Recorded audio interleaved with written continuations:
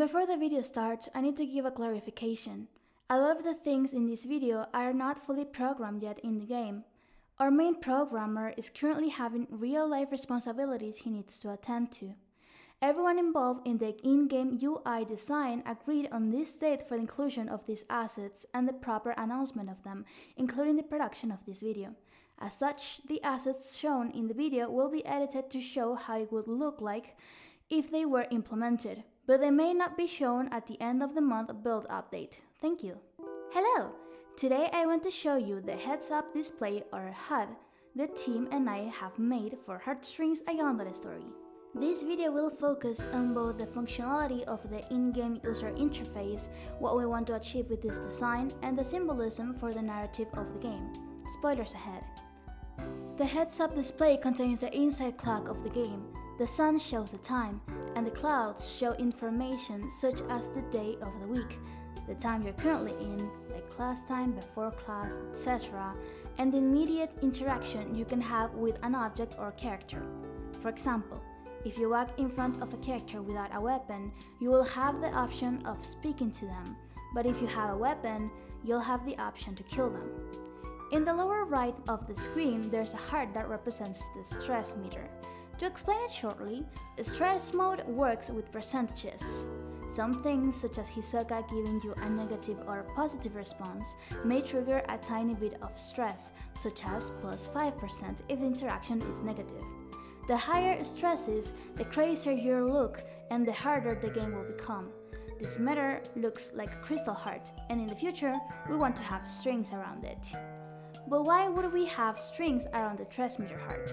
Some of it has to do with lore and symbolism. However, it also has to do with the item system that looks like this. It's string going around circles where the items will be shown.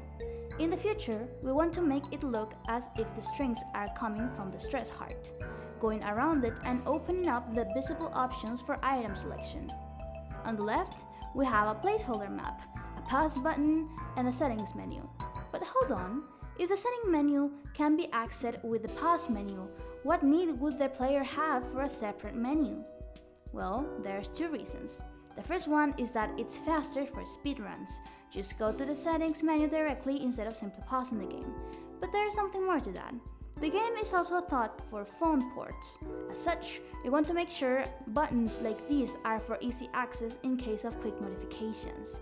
There's also the idea of having this button in the pause menu similar to how other games such as Among Us have it, which would definitely be very useful in a phone port. There's a chance the final version of this heads-up display may not have the pause or setting button, and instead the game will teach you to press escape to access the pause menu. The lower left of the screen is also thought for phone port, since you can play with your finger there. The upper middle part of the screen will be used for police arriving at school, but it's still in the process of being made. With all of the things I've described, it may look like it's a very friendly approach for the player considering the type of game this is. But having a friendly user interface is actually something I thought about a lot. I've seen comments of people asking why is the game style so cute, or why are the killing animations more funny than serious. I think this is a good time to answer that question. I made them funny and cruel because all of this is the game's facade. When you think about a yandere, you think of a cute and crazy girl murdering people for a love interest. That duality of a yandere is what makes her apart from other kinds of killers in fiction. The more I thought about it, the more I liked the idea of embracing this side of a yandere instead of shying away from it. You see, Fumeko is not just someone cruel, she's also funny, cute, and has an idea that she's smarter than anyone else because she can deceive them all. What would you call a character that thinks she's above the rest, being cruel without a care and, at the same time, being too self-centered to think anything that isn't herself? You'd call them edgy and kind of immature. This is the heads-up display of a character, the character you play as. Her stress, her items, her time to plan or do something, all of that is shown because you are playing as her. You are seeing the same things she is seeing. I think this also reinforces the idea of the game being a character-driven story, and as such, the characters take the main position front and center. There are other symbolisms here too. The most clear of them, and something you probably notice as soon as I mention it, is the heart and the string attached to it. Quite literally the name of the game. So what does it mean? The heart being Fumeko's stress meter is not coincidental. In normal gameplay, stress will never go up to 50%. This is because there is not a single action during gameplay that Fumeko has not done before. Killing people, done it before. Cleaning blood, done it before. Hearing negative comments about herself, done it before. There's not a single thing Fumeko hasn't felt until this point of the story. Or so she thinks. Truth is, while definitely Fumeko has been through a lot in her life, there is one thing she was never caught for: the consequences of her actions. In True Ending, Fumeko will be confronted by the murder of one of the students. This death is mandatory for True Ending, and all the cutscenes leading to this point will make one character confront her, using everything she and another character learn about her to disable her mentally and blackmail her. All of those walls she used to protect herself from her own actions, gone. She is defenseless, small, and just as weak as the people she murdered are. This will break her, making her escape and shy away in fear. This level of weakness is something she had felt before, but she thought she was over it, that no one could hurt her again. After all the strength she has proven by killing other students who had the slightest bit of power over her. But now none of that matters. She's just as powerless as them. And if they were the same back then and they fell for her blade, what tells her she's safe? This is the turning point for her character, and the only time in any run you will experience Fumeko having 100% stress meter, if you take this story seriously enough to go through True Ending. I think it's worth mentioning that True Ending is one of the only endings that has an anime-style artwork.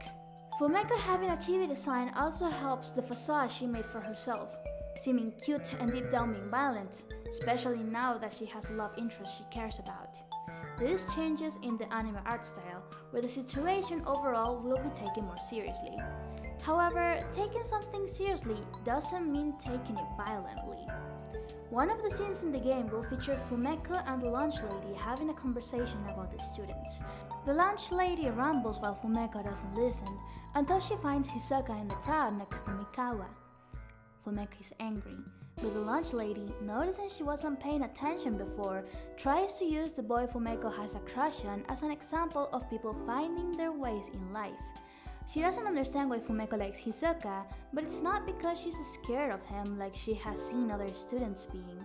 It's because she never bothered to get to know them until now. She cares for Fumeko even if Fumeko doesn't care about her. Fumeko doesn't understand, but the lunch lady says Hisoka doesn't care about her and she still likes him. But that's because he doesn't know yet how much we have in common. It's not the same. That's something Fumeko probably would say. And the lunch lady would only reply with, "How is not the same?" Fumeko rambles, trying to explain how she feels over and over again to the lunch lady, who doesn't seem to understand but just looks at her with a sympathetic look. At the end of the conversation, Fumeko asks something like, "Do you understand now?" The lunch lady would say she doesn't, and Fumeko finally asks, "What do you not understand?" "Why would you take so much time explaining this to me instead of him?" The lunch lady would reply. At this moment, an actual conversation happens where the lunch lady lets know Fumeko just how much time she spent trying to convince someone she doesn't care about that her crush on herself are different from anyone else. Even if she is different from other students, why would she bother proving that to someone she doesn't even know or care about? This proving to someone she doesn't know thing is going to pop up later in the fight she has with the girl that will finally break her down. But scenes like that are scenes that can be taken seriously, and as such, the artwork will reflect that in the anime style. Going back on topic, the strings around the heart are a pretty cute reference to the title of the game, but also unite a lot of the things that make up Fumeko's view, and in our case, our literal view of the game. As you can see, the strings unite different parts of the game, such as the item system, the map, and the pause and configuration buttons. The strings are quite literally keeping the user interface together, and I think that's just neat. But that's enough of the heart meter and the strings. How about the sun and the clouds? This is less about symbolism and more because of the time of day. Outside of making the UI more friendly, it also shows a literal time. So, the beginning of the day would be a more white-like sun, the middle of the day would be more yellow sun, and after class sun would be more red. This will also reflect on how the game may look, a bit more blue in the beginning and a bit more red at the end. The map and pass button don't really have much symbolism admittedly. They are mostly here to not only show the strings, but also give more useful information for the player. All of this is the heads-up display of the game, meaning that this is what you'll see during gameplay. There's also the idea of Mecha being still to make the options appear, but when she walks, most of these things disappear. It's a possibility, but right now it's not implemented. There's other stuff about the UI we haven't discussed, such as what our plans are for the main menu, pause menu, configurations, etc. But I think the video is long enough as it is. Thank you for watching. Remember to drink water, like, subscribe, share, and especially take care of yourselves. See you!